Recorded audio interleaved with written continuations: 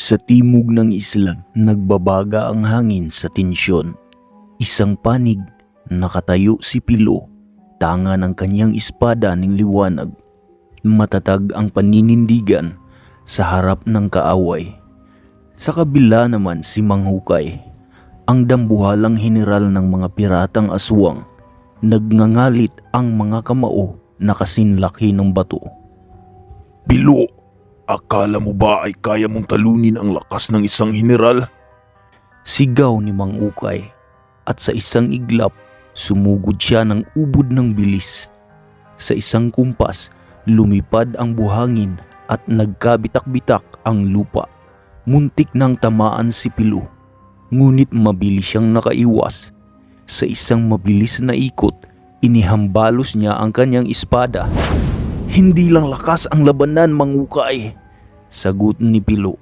Ngunit hindi nagpatinag ang dambuhalang aswang. Hinampas niya ang kanyang braso sa hangin. At sa isang iglap, ang hangin mismo ay naging matatalim na espada ng enerhiya. Shock! Si Pilo ay napaatras, dumugo ang kanyang braso matapos masugatan ang atake ni Mang Hukay.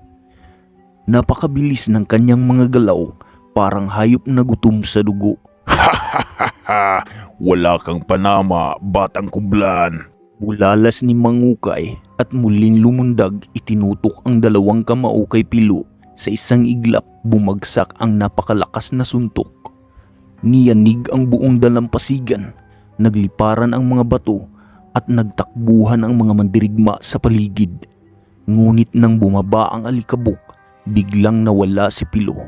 Lumingalinga si Mang Hukay upang hanapin si Pilo, ngunit hindi niya makita ang kublan. Mula sa likuran ni Mang Hukay, isang nakasisilaw na liwanag ang bumalot sa kanyang katawan. "Nandito ako, Mang Hukay!" Sa isang iglap, sumugod si Pilo. Hawak ang espada ng liwanag at sinaksak ito sa dibdib ng dambuhalang general. "Ah!" sigaw ni Mang Hukay. Napaluhod siya, nanginginig habang ang liwanag ay sumusunog sa kanyang laman. Sa huling pagpupumiglas, itinukod niya ang kanyang kamao sa lupa. Ngunit hindi na niya natapos ang kanyang atake. Ang katawan niya ay unti-unting kinain ng liwanag hanggang sa siya ay sumabog sa alabok. Tahimik ang paligid. Ang katawan ni Mang Hukay ay naglaho at ang mga piratang aswang sa timog ay napatigil, tulalang nakatingin sa pagkatalo ng kanilang general. "General Mang Hukay, natalo siya!" Si Pilo ay humihingal. Hawak pa rin ang kanyang espada. Nilingon niya si Lucia na nakamasid sa labanan. "Tapos na siya," bulong ni Pilo. Ngunit hindi pa tapos ang digmaan. Mula sa malayo, isang garalgal na boses ang pumapailan lang sa hangin. Pilo, hindi pa ako tapos. Mula sa barko ng piratang aswang, unti-unting bumaba ang isang anino, ang tunay na pinuno ng kadiliman, si Kapitan Silab. Sa pagkamatay ni General Mang Hukay, isang nakakabinging katahimikan ang bumalot sa timog ng Isla Sagasa. Napatigil ang mga piratang aswang, nanginginig sa harap ng hindi nila inaasahang pagkatalo. Sa gitna ng abo at usok, nakatindig si Pilo. Duguan ngunit hindi natinag. Hawak niya ang kanyang espada ng liwanag na kumikislap pa rin na parang bituin. Ngunit ang katahimikan ay saglit lamang. Mula sa dagat, isang nakasisindak na tinig ang pumailan lang. Tikman ninyo ang aking paghihiganti, mga hangal na mandirigma. Uubusin ko kayong lahat. Sigaw ni Kapitan Silab. Hindi niya matanggap ang kanyang pagkabigo sa una niyang pagsalakay at ngayon gusto niyang durugin ang mga taga-isla. At sa isang iglap, bumagsak ang apoy mula sa langit sa silangan kung saan nakapwesto sina Tandang Mero at ang mga babaylan. Bumalot ang maitim na ulap. Sa hilaga, sina Kaibo, Guryo at Baldo ay sinalubong ng mga dambuhalang nilalang na lumalabas mula sa anino. Sa kanluran, sina Bartolome at Isko ay nakikipaglaban sa aswang na may mga buntot at sungay. Sa tuktok ng isang gabundok na buhanginan, nakapwesto si Tandang Mero at ang kanyang mga babaylan. Pinagmamasdan nila ang dumarating na hukbo ng mga piratang aswang na tila hindi natitinag kahit sa matinding orasyon na kanyang pinakawalan. Panahon na upang ipakita natin ang tunay na lakas ng ating orasyon. Sigaw ni Tandang Mero, sabay-sabay nilang itinaas ang kanilang mga kamay at sa isang iglap, isang makapangyarihang sigaw ni Tandang Mero ang umaalingaw-ngaw. Haring araw, ipagkaloob mo sa amin ang iyong basbas. Isang dambuhalang apoy ang bumalot sa buong silangan ng isla. Nilamon ang unang hanay ng mga aswang. Naghuhurimintado ang mga halimaw. Nagsisigaw sa sakit. Ngunit sa kabila ng apoy, isang figura ang lumitaw. Isang makapangyarihang mambabarang mula sa kampo ng mga aswang. Hindi lang kayo ang may mahika, Tandang Mero. Wika ng mambabarang. Sa isang kumpas, isang maitim na ulap ang bumalot sa apoy at pinatay ito. Sa isang iglap, nagsimula ang sagupaan ng mga babaylan at ng itim na mahika ng mambabarang. Sa dalampasigan ng kanluran, hindi mabilang ang mga aswang na lumusob. Sina Bartolome at Isko kasama ang kanilang mga mandirigma ay walang takot na sumalubong sa pagsalakay. Wala kayong puwang dito, sigaw ni Isko habang inihampas ang kanyang sibat sa isang aswang. Si Bartolome naman gamit ang kanyang kris ay nagpaikot-ikot sa labanan, isang mabilis na anino sa gitna ng kaguluhan at sa isang iglap 5 aswang ang bumagsak. Ngunit hindi sila nagtagal sa kanilang tagumpay. Mula sa likuran ng hukbo ng mga aswang, lumabas ang isang malahalimaw na nilalang, isang dambuhalang tikbalang na may itim na apoy sa mga mata. Kayong mga tao, masyado kayong mapagmataas. Sa isang iglap, inihagis ng tikbalang ang isang nagbabagang bato kay Bartolome. Napalipad si Bartolome sa hangin, ngunit bago pa siya bumagsak, nasalo siya ni Isko. Anak, kailangan nating tapusin ang halimaw na ito. Sa likuran ng isla kung saan nagtatago ang kadiliman, nakapwesto sina Kaibo, Guryo at Baldo, ngunit hindi nila inaasahan ang kanilang makakalaban. Mga tagnipis na aswang, ang di nakikitang mandirigma ng mga aswang. Ingat, hindi natin sila nakikita, sigaw ni Kaibo. Ngunit si Guryo, ang pinakamapanlikha sa kanila, ay may naisip na paraan. Kung hindi natin sila nakikita, gagamitan natin sila ng taktika. Alam kong bawat nilalang ay may kahinaan, wika ni Guryo habang bahagyang nakangiti. Agad siyang kumuha ng isang sako ng harina doon sa kubo ni Aling Sita, ang nagtitinda ng tinapay. Pasensya na po at kailangan kong gamitin ang inyong harina, wika ni Guryo na tila may kinakausap na may-ari. Kahit wala naman, dahil halos lahat ng mga taga-isla ay nagtatago doon sa kuweba. At pagkatapos tumakbo siya patungo sa kinaroroonan ng kanyang mga kasama at inihagi sa hangin ang isang sakong harina. Sa isang iglap, lumitaw ang hugis ng mga tagnipis. Ayan na sila, sigaw ni Baldo. Nakita na nila ang mga tagnipis na aswang dahil sa maputing harina na dumikit sa mga katawan nito. Sabay-sabay silang umatake, pinugutan ang mga nilalang sa hangin. Isa-isang bumagsak ang mga tagnipis, hindi na muling naglaho sa kanilang paningin. Ngunit bago pa nila ipagdiwang ang kanilang panalo, isang matinis na sigaw ang umaalingaw-ngaw sa buong isla. Sa gitna ng naglalagablab na digmaan, isang malamig na presensya ang bumalot sa isla. Dumating na si Kapitan Silab. Sa bawat hakbang niya ay nalulusaw ang lupa sa ilalim ng kanyang mga paa. Ang kanyang gintong bungo ay kumikislap, sumisipsip ng enerhiya mula sa paligid. Humarap siya kay Pilo, ang mandirigmang nagpapabagsak kay General Mangukay. Akala mo ba'y tapos na ang laban, batang baylan? Itinaas niya ang kanyang kamay at sa isang iglap, Isang halimaw na nilalang ang lumitaw mula sa kanyang anino. Isang dambuhalang halimaw na tinatawag na Leviathan.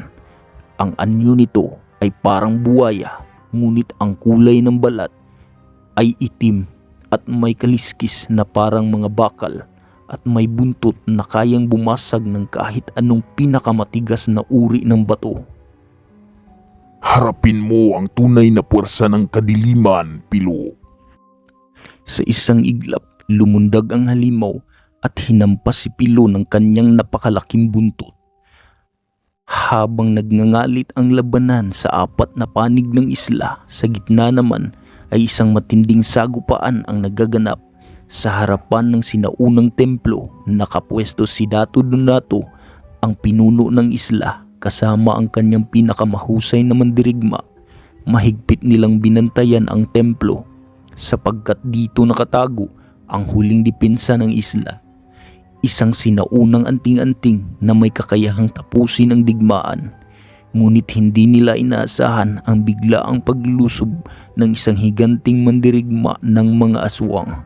Si Dakulangga ang kampon ni Kapitan Silab. Si Dakulangga ay kasinlaki ng isang punong kahoy. Ang kanyang katawan ay gawa sa pinagsamang laman at bato, at ang kanyang mga mata ay nagliliyab sa dilaw na apoy. Sa kanyang paglapit sa templo, yumayanig ang lupa at bumibiyak ang mga bato sa kanyang bawat hakbang. Datu Donato, ibigay mo sa amin ang anting-anting at maaari kayong mabuhay. Wika ng nilalang. Ngunit hindi natinag si Datu Donato. Hawak niya ang kanyang mahaba at mabigat na kampilan, habang ang kanyang mga mandirigma ay humawak ng kanilang mga sandata.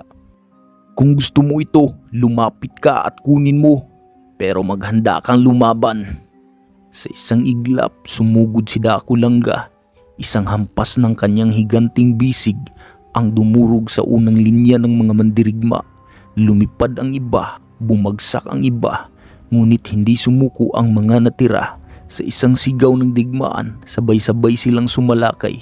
Si Datu Donato mismo ang unang sumugod. Iniikot ang kanyang kampilan at pinutol ang isang daliri ni Dakulangga.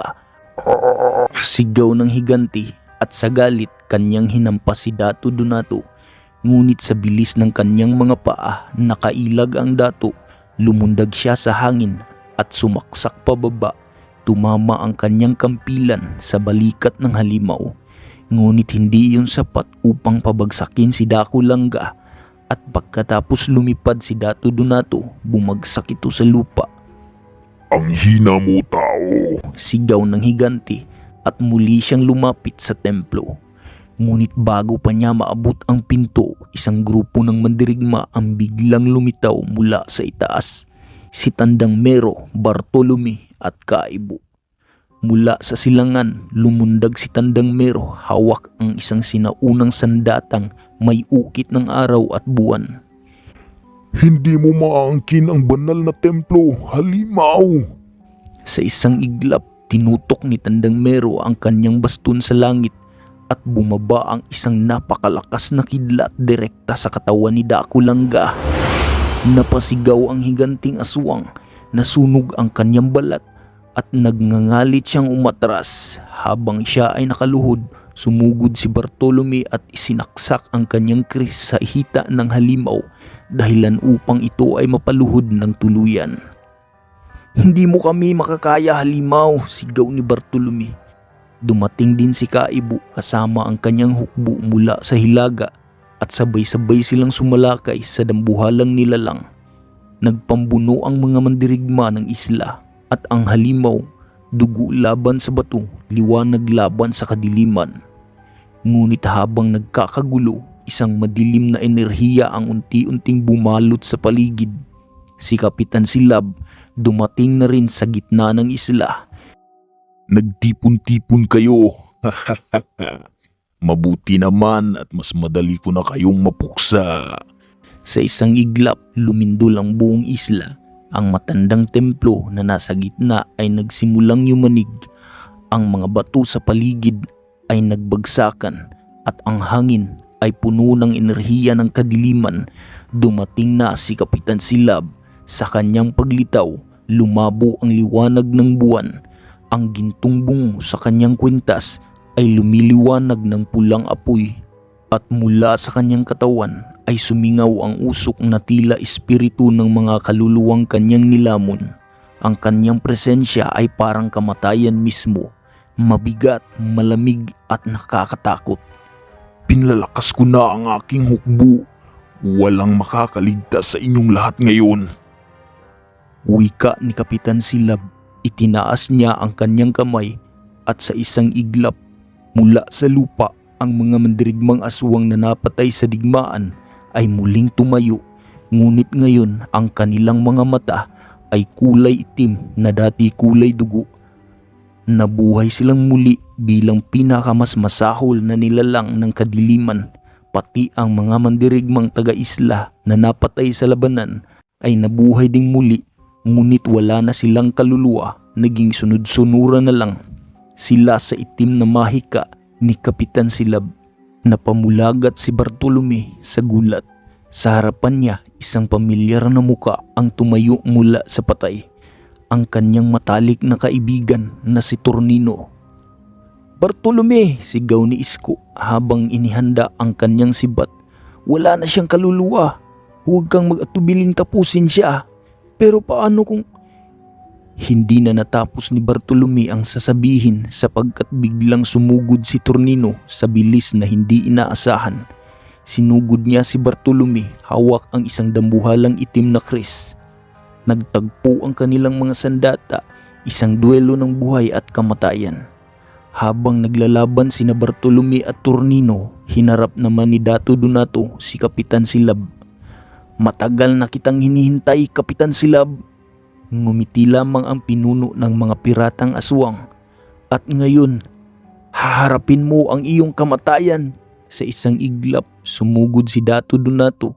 Iniikot ang kanyang kampilan at tinaga si Kapitan Silab. Ngunit bago pa tumama ang kanyang espada, biglang nawala si Kapitan Silab sa kanyang harapan. Isang anino na lamang ang naiwan sa kanyang pwesto.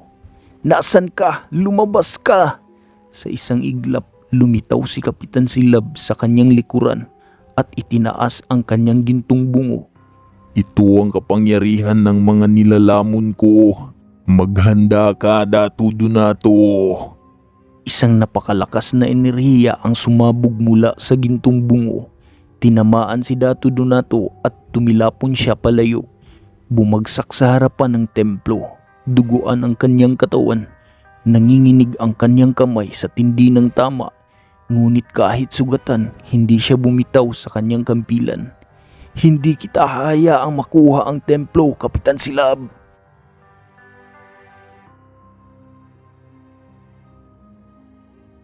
Habang naglalaban ang lahat, isang anino ang biglang lumitaw mula sa madilim na ulap.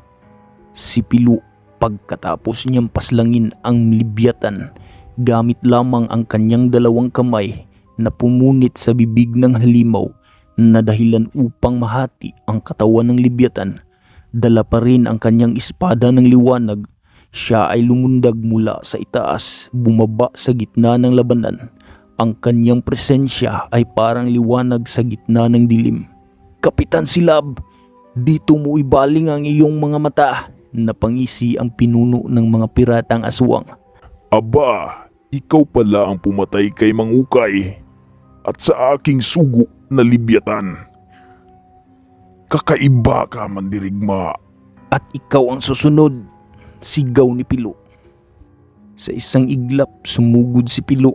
Ang kanyang espada ay kumikislap sa liwanag ng langit. Sa gitna ng nag-aapoy na isla, nagtagpo ang mandirigma ng liwanag at ang hari ng kadiliman. Nagbanggaan ang dalawang pwersa. Ang espada ng liwanag ni Pilo laban sa madilim na kapangyarihan ni Kapitan Silab. Sa kanilang salpukan, isang malakas na pagsabog ng enerhiya ang lumaganap sa paligid. Niyanig nito ang buong isla at ang langit ay lalong mas dumilim. Sa isang iglap, muling naglaho si Kapitan Silab. Hindi mo ako matatalo ng bilis, bata. Biglang lumitaw siya sa likod ni Pilo, sumugod na may hawak na isang matalim na kris na nilikha mula sa itim na apoy. Sa bilis ng kanyang pag-atake, isang anino ng itim na apoy ang sumabay sa kanyang galaw.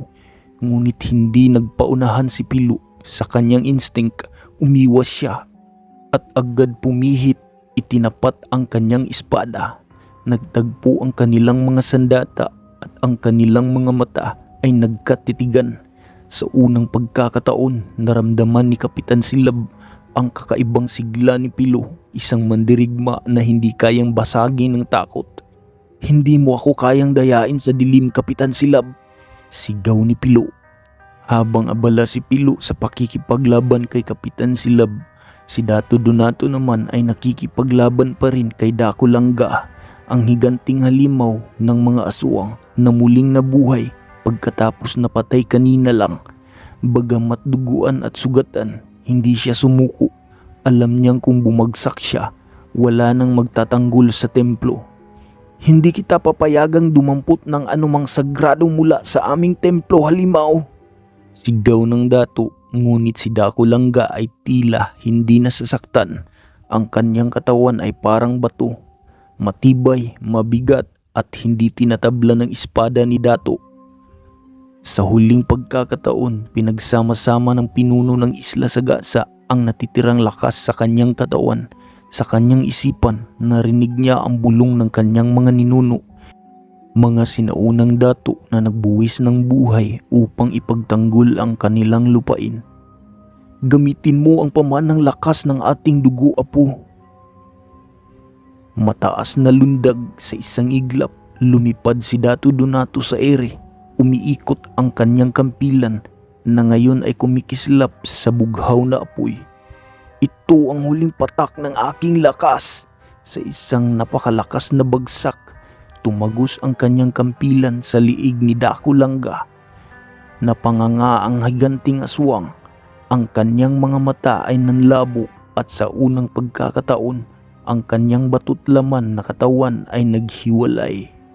Gumulong pabagsak ang kanyang dambuhalang katawan, bumagsak sa mismong harapan ng templo, at sa wakas, ang higanting nilalang ay tuluyan ng bumagsak, wala ng buhay. Hingal na hingal si Dato Donato, ngunit hindi siya nagpadala sa pagod. Tumayo siya, itinapat ang kanyang espada kay Kapitan Silab. "Isa ka na lang, hari ng aswang!" Sa kabila ng pagkatalo ni Dako Langga, hindi pa rin natitinag si Kapitan Silab. Sa halip, lalo siyang nagalit. Tama na ang larong ito. Itinaas niya ang kanyang gintong bungo at mula rito ay sumambulat ang libu-libong itim na espiritu. Ang mga kaluluwang kanyang nilamon ay bumalot sa kanyang katawan. Pinapalakas siya ng kanilang galit at takot. Sa isang iglap, nag-iba ang kanyang anyo. Ang kanyang katawan ay lumaki. Ang kanyang balat ay naging itim na parang abo. At ang kanyang mga mata ay nagliyab sa matinding pulang apoy. Ang kanyang tinig ay naging malalim at umaalingaw-ngaw sa buong isla. Pilo, ano ngayon ang gagawin mo laban sa akin? Ngunit sa halip na matakot, mas lalong tumibay ang loob ni Pilo. Itinaas niya ang kanyang espada ng liwanag at isang dalisay na liwanag ang bumalot sa kanya. "Hindi na ako natatakot sa dilim, Kapitan Silab. Naubos na ang takot ko," sigaw ni Pilo. Sa isang iglap, sumugod si Pilo at sumalubong din si Kapitan Silab. Ang huling sagupaan ng liwanag at kadiliman ay nagsimula na. Nagtagpo ang dalawa, si Pilo na nababalot ng liwanag at si Kapitan Silab na lumakas sa libu-libong kaluluwang kanyang nilamon. Sa kanilang salpukan, niyanig ang buong isla. Ang lupa ay nagkabitak-bitak. Ang hangin ay pumalahaw sa lakas ng enerhiya. At ang langit ay nagdilim. Tanging ang liwanag mula sa espada ng liwanag ni Pilo ang pumunit sa kadiliman. Hindi mo ako matatalo, Pilo. Sigaw ni Kapitan Silab. habang inihampas ang kanyang dambuhalang itim na latigo na nag-aapoy sa itim na sigwa. Sa isang iglap, isang alon ng madilim na apoy ang sumambulat mula sa kanyang sandata. Sinusunog ang lahat ng madadaanan, ngunit hindi umatras si Pilo.